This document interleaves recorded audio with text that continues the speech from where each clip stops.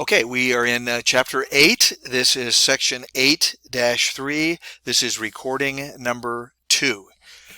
So where we left off, we're discussing how do we find these t-values, and it's just using this table here.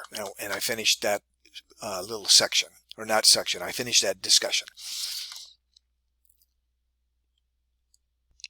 Okay, so now let's take a look at how do we test the hypotheses. We know how to find the critical values. Now let's see if we can find out how to do the test. How do we run the tests? Let me refresh your memory on something. When we're finding these critical values from the, I'm trying to find a good cartoon. When we're finding these critical values from the table, those are critical values. The test value is different. It is the number you get when you get your data and you run it through the equation to get a test value, and then you compare the test value and see, does it lie over here in the critical area? Does it lie over in this critical area? Or is it in the do not reject area? So that's the distinction between a test value and a critical value. And trust me on this one, you'll get those mixed up if you're not careful. Okay, so when you look at these requirements here, he's calling them assumptions, but we could also think of them as being requirements.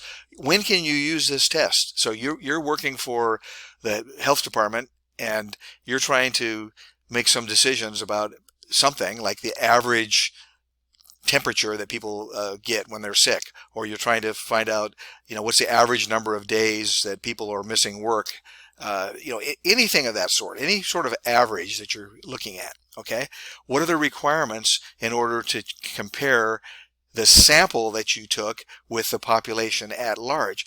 Actually, very minimal requirements. This is all you need to have.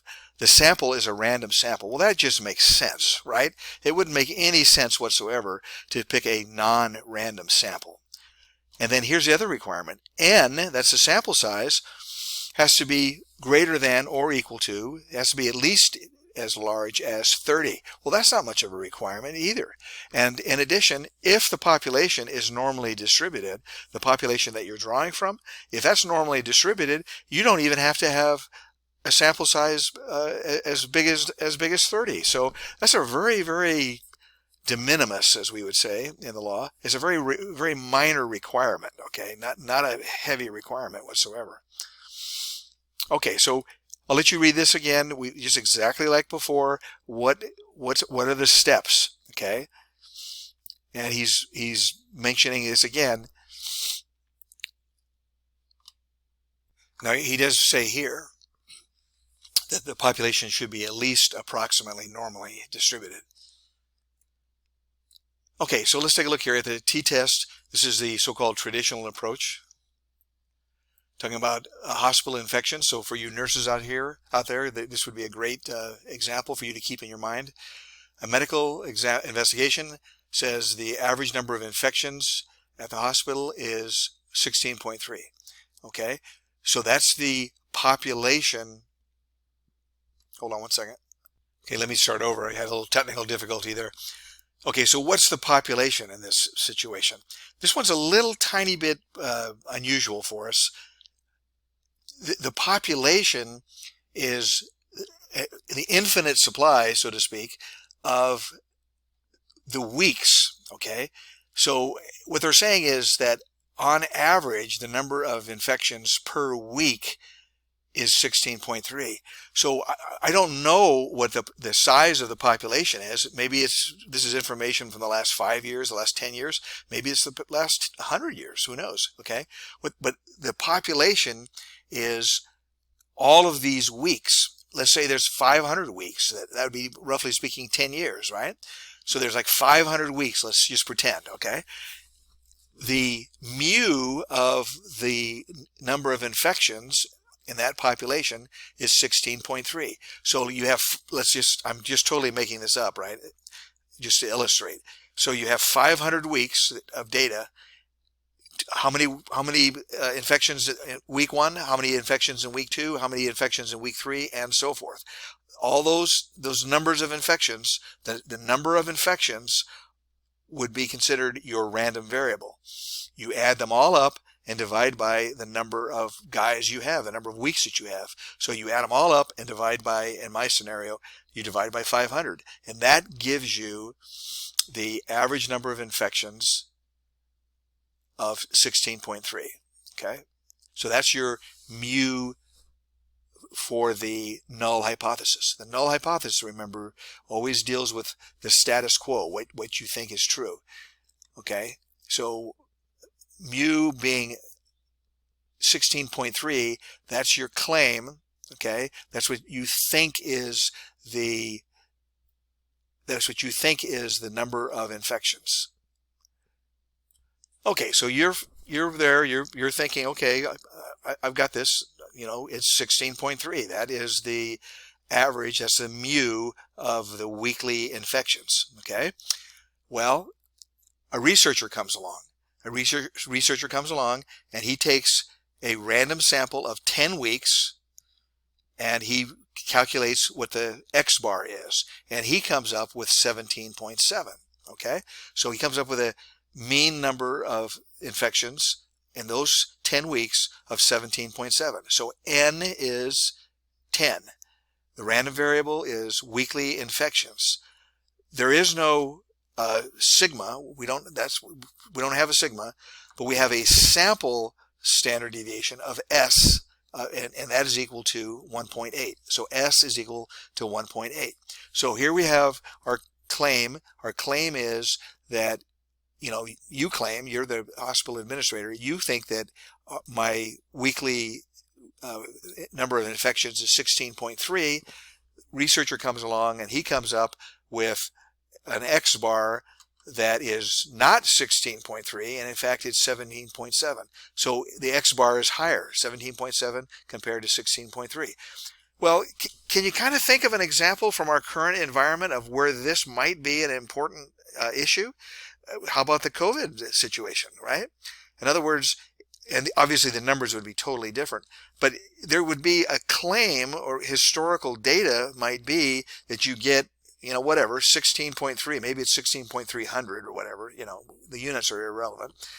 So you have a claim of a certain number of weekly infections, but then you take the last 10 weeks and you do the calculations, and you come up, for the last 10 weeks, you come up with a X bar of 17.7, and you want to know, is this statistically significant?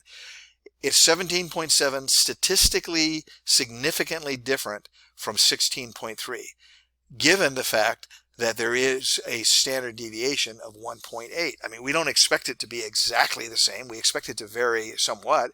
Did it vary enough to where you would reject this null hypothesis? So that's kind of the situation that we're in here. Is we're taking the data and we're trying to decide, does this data, these 10 weeks, do these 10 weeks belong to the same population, or do they belong to a different population? Is there a statistically significant difference between these 10 weeks and the 10 weeks from the last 500 weeks? Okay, so that would be a public health question. I guarantee you that the people that are working in the public health department do these kinds of calculations all the time. Okay, and then we got an alpha is equal to 0.05. We're going to assume the variable is normally distributed. Okay, so the reason he's putting that in there is because there's n is only 10. If it was 30 or above, we wouldn't have to worry about whether it was normally distributed. We just want it to be approximately normally distributed. Okay, so here we go. The null hypothesis is that mu is equal to 16.3. That's my claim. That's what we think it is. We, the hospital administrators. This young researcher thinks, no, I don't think it is. I just got this data. It's 17.7. You guys are hiding the ball here. My research hypothesis is that mu is not equal to 16.3. All right, so I go to my table and I get my critical values for alpha, degree of freedom of 9. My alpha gives me critical values of 2.62, plus or minus. Okay, I'm putting up the table here again, just for one more time, I'm going to do this for you, but you guys got to learn how to do this. Okay, alpha is 0.05, or I'm sorry, the first thing we do is the degree of freedom. So the degree of freedom in this problem is 9, because there are 10 weeks that we sampled. So here's 9, degree of freedom is 9. We want a two-tailed test, and we want it to be an alpha of 0.05. So 9, two-tailed test, alpha of 0.05. I go across here. It's so hard to do this with this cursor, believe me. Boom, there it is. 2.262, because it's an alpha two-tailed. Two-tailed alpha, you come down here, there it is, 2.262. Now, remember, it's a two-tailed test, so this number is 2.262, and this number is negative 2.262. Okay. It's a lot easier to do this with paper and pencil than it is to do it on the screen. Okay, so those are the critical values. So one of the first steps is you get the critical values so that you know, well, when do I reject this hypothesis? So here are the two critical values, okay? The test value, it's just a matter of plugging it in. And I swear I will strangle people if they don't write down this formula every single time. Write down the formula and then plug in the numbers. And then you come up with the right answer. Don't just start writing down numbers. Write down the formula first.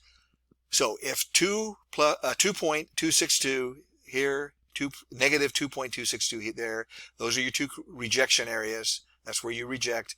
We came up with a test value of 2.460. There it is. We're inside the rejection region, so we do reject the null hypothesis. So our final step is to say there is enough evidence to reject the claim that the average number of infections is 16.3. Okay? I hope that helped.